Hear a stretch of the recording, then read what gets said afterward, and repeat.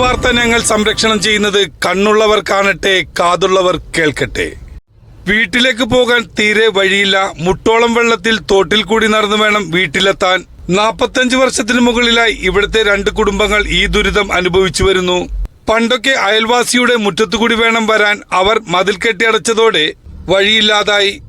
വീട്ടിലേക്ക് പോകാൻ ആകെയുള്ള വഴി ഈ തോടാണ്. കുട്ടികൾ ഉൾപ്പെടെ 2 കുടുംബങ്ങളാണ് ഈ ഭാഗത്ത് താമസിക്കുന്നത്. 40-45-50 വർഷമായിട്ട് ഞങ്ങൾ ഇവിടെ താമസിക്കുന്നതാണ്. സ്ഥലം മേടിച്ച സമയത്ത് എല്ലായിടവും കയറി ഇറങ്ങി പോകാൻ വഴിയുണ്ടായിരുന്നു. പ്രത്യേകിച്ചൊരു വഴി എൻ്റെ അച്ഛനും അമ്മച്ചിയും മേടിച്ചില്ല. അവർ പ്രായമായതുകൊണ്ട് അവർക്ക് ഇതേക്കുറിച്ചൊരു ഇതില്ലായിരുന്നു. ഈ വഴിക്ക് വേണ്ടിയിട്ട് നടക്കാൻ സ്ഥലങ്ങളില്ല. താലൂക്ക് സഭ, പിണറായി, ഇങ്ങനെ കളക്ടറേറ്റിൽ ഇങ്ങനെ എല്ലായിടത്തും കൊടുത്തിട്ടുണ്ട്. എല്ലായിടവും കൊടുത്തിട്ട് ഒരു ഫലമില്ല. പഞ്ചായത്തിന് കാശില്ല. ഇതാണ് പറച്ചിൽ. ഞങ്ങൾക്ക് ഇത് പോയി പിഞ്ചു കുഞ്ഞുങ്ങൾ വരെ ഉണ്ട്. എനിക്ക് അറ്റാക്ക് വന്ന് ക്യാൻസറിൻ്റെ ഓപ്പറേഷൻ കഴിഞ്ഞ് ഇങ്ങനെ എല്ലാം കഴിഞ്ഞിട്ട് ഇതെല്ലാം കാണിച്ചും കൊണ്ടൊക്കെ പരാതി കൊടുക്കുന്നതല്ലാതെ ഒരു വിജയം ഇന്ന് വരെ ഉണ്ടായിട്ടില്ല. വോട്ടിനിങ് വരുമ്പോൾ അവർ പറയും ഇറങ്ങുന്നതിന് മുമ്പ് നിങ്ങൾക്ക് തന്നിട്ട് ഇറങ്ങത്തുള്ളൂ. എല്ലാ പാർട്ടിക്കാരും, ഒരു പാർട്ടിക്കാർ മാത്രമല്ല, എല്ലാവരും അത് തന്നെ പറയുന്നത്. പക്ഷേ വോട്ട് മേടിച്ചു കഴിഞ്ഞാൽ പിന്നെ ഈ വഴിയേ വരത്തില്ല. അവർക്ക് കാശില്ല. പിന്നെ പഞ്ചായത്തിൽ കാശില്ലെന്നാണ് പറയുന്നത്. ഞങ്ങളുടെ ഈ 6 പേരുണ്ട്. ഞങ്ങൾ എങ്ങനെ ജീവിക്കും? 2 കുടുംബമോ, വേറെ വഴിയൊന്നുമില്ല. ഇതാണ് ഞങ്ങളുടെ വഴി. ആധാരത്തിലും വഴി ഇതേ ഉള്ളു ഞങ്ങൾക്ക്. ഇത് തോട്ടിൽ കൂടെ എന്നാ വഴി.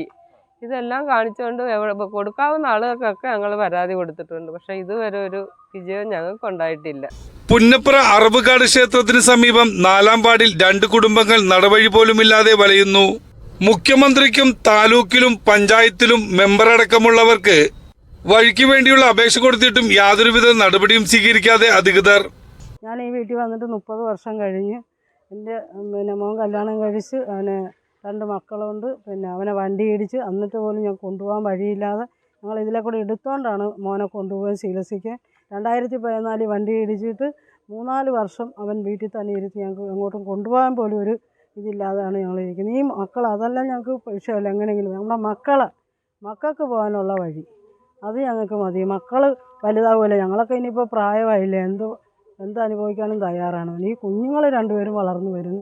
അവർക്കൊരു വഴി വേണം. ആകെപ്പാട് കുറച്ച് സ്ഥലമേ ഉള്ളൂ വഴിക്ക്, അങ്ങോട്ട് കുറച്ചേ ഉള്ളൂ. അത് എല്ലാവരും വന്ന് നോക്കുന്നു. കല്ല് കെട്ടി സ്ലാബിട്ട് തരാം പഞ്ചായത്തുകാർ പറയുന്നുണ്ട്. ആരും ഇതുവരെ ഇതിനായിട്ട് മുന്നോട്ട് വന്നിട്ടില്ല ആരും. ഞങ്ങളിത് അനുഭവിക്കാൻ തൊട്ട് കുറേ കാലമായി, ഇത്ര വർഷമായി കിടന്ന് അനുഭവിക്കാൻ തുടങ്ങിയിട്ട്.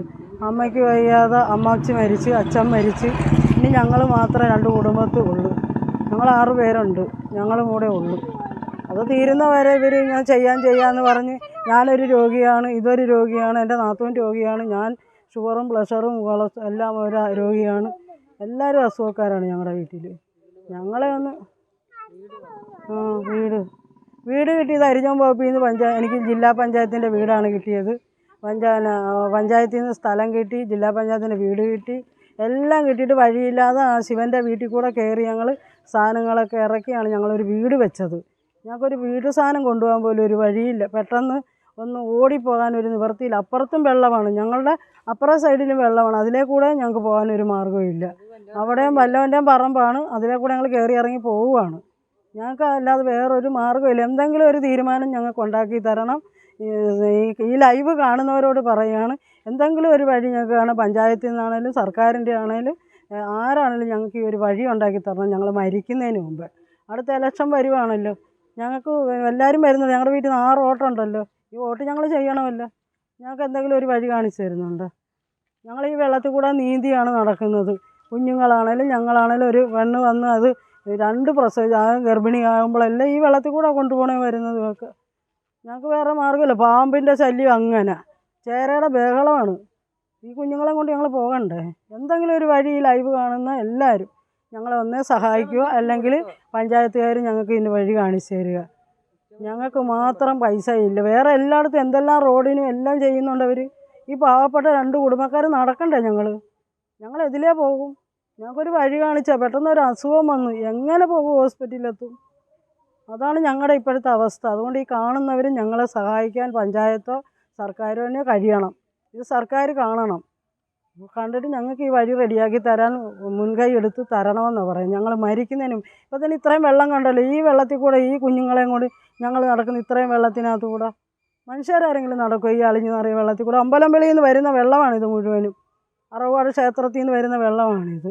ഞങ്ങൾക്ക് വേറൊരു വഴിയില്ല, വേറെ സ്ഥലമില്ല. ഞങ്ങൾക്ക് ആകെപ്പാട് 10-12 സ്ഥലമുണ്ട്, ഒന്ന് മാത്രമേ ഉള്ളൂ. വേറെ ഞങ്ങൾക്ക് വഴിയില്ല. അതുകൊണ്ട് എന്താണ് ഈ ലൈവ് കാണുന്നവർ ഈ പഞ്ചായത്തിൽ നിന്നാണേലും സർക്കാരിൽ നിന്നാണേലും ഞങ്ങൾക്ക് ഒരു വഴി ഉണ്ടാക്കി തരിക. അവർ പറയുന്ന സ്ലാബ് ഇട്ട് ഞങ്ങൾക്ക് പൂഴി അടിച്ച് തരാം, അല്ലെങ്കിൽ സ്ലാബ് ഇട്ട് 2 സൈഡും കെട്ടിത്തരാം എന്നെല്ലാം പറയും ഇലക്ഷന് വരുമ്പോൾ. പിന്നീട് ഒരു അനക്കവും ഇല്ല. പിന്നീട് അവരോട് ചോദിക്കുകയാണെങ്കിൽ അവിടെ കൊണ്ടൊക്കെ കൊടുക്കുള്ളൂ. ഇപ്പോൾ എത്ര സ്ഥലത്ത് ഞങ്ങൾ കൊടുത്തിരിക്കുന്നു, എത്ര സ്ഥലത്ത്. ഇത് വെട്ടിക്കോരിക്കൊണ്ടിരുന്ന തോടായിരുന്നു. ഞങ്ങൾ കൊണ്ട് സ്റ്റേ കൊടുത്തതിന് ശേഷമാണ് ഇത് വെട്ടിക്കോരാതായത്. അതുവരെ ഇത് വെട്ടിക്കോരിക്കൊണ്ട് 2 കൂട്ടരും അപ്പുറം ഇപ്പുറം വെട്ടിക്കോരുമായിരുന്നു. ഇപ്പം ഞങ്ങൾ വഴക്കുണ്ടാക്കിയതിന് ശേഷമാണ്. പരാതികൾ പറഞ്ഞിട്ടും വേണ്ട നടപടി സ്വീകരിക്കാതെ കുടുംബങ്ങൾ വലയുന്നു. ഇതിന് എത്രയും പെട്ടെന്ന് പരിഹാരം കണ്ണു തുറന്ന് കാണണമെന്നാണ് കുടുംബങ്ങൾ പറയുന്നത്. ന്യൂസ് 95 കേരളയ്ക്ക് വേണ്ടി കൃഷ്ണകുമാർ, ആലപ്പുഴ.